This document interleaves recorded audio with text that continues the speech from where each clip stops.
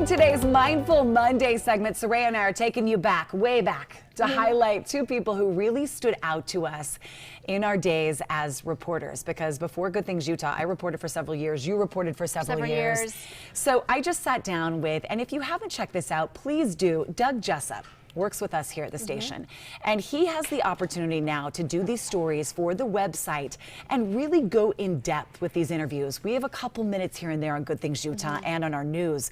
He has 30 to 45 minutes to really do these interviews that go into depth.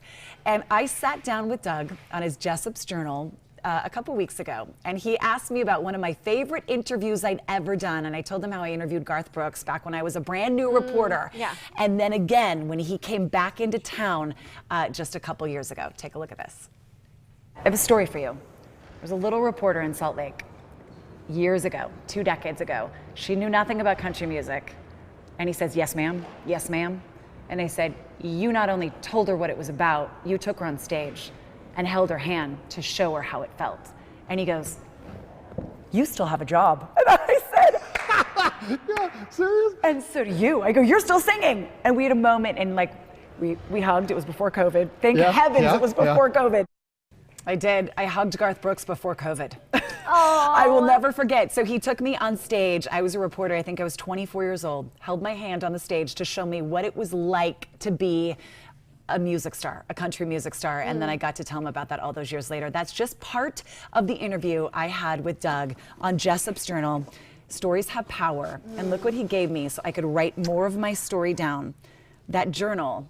And I will absolutely use it, Doug. Thank you so much. I've been journaling a lot more, especially during COVID, than I ever have before. If you would like to see Jessop's Journal and my story and so many other people he's interviewed, go to our website, abc4.com/journal, and it'll be right there. I can't wait to see it. 35 minutes of talking to you. Of all me. Of all you. It's a lot.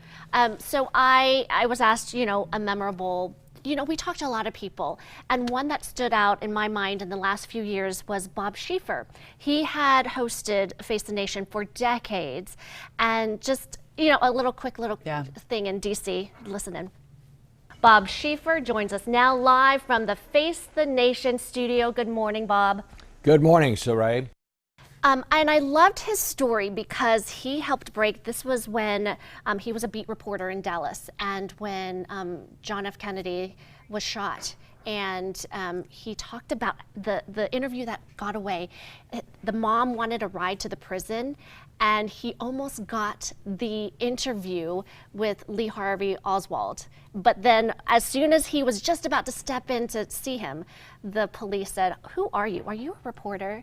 But I just loved his tale of so many years of history and wisdom and how he's been in the business for so long. And I got to talk to him on his very last day. Such a unique position to tell other people's stories. And he's one of those incredible storytellers. Yeah. By the way, you look beautiful. Was that in DC? That was in DC a few years ago. Well, you still look just as beautiful. Thank you so much. It's so fun to look back on those, though. It's so fun to see who you've interviewed, too.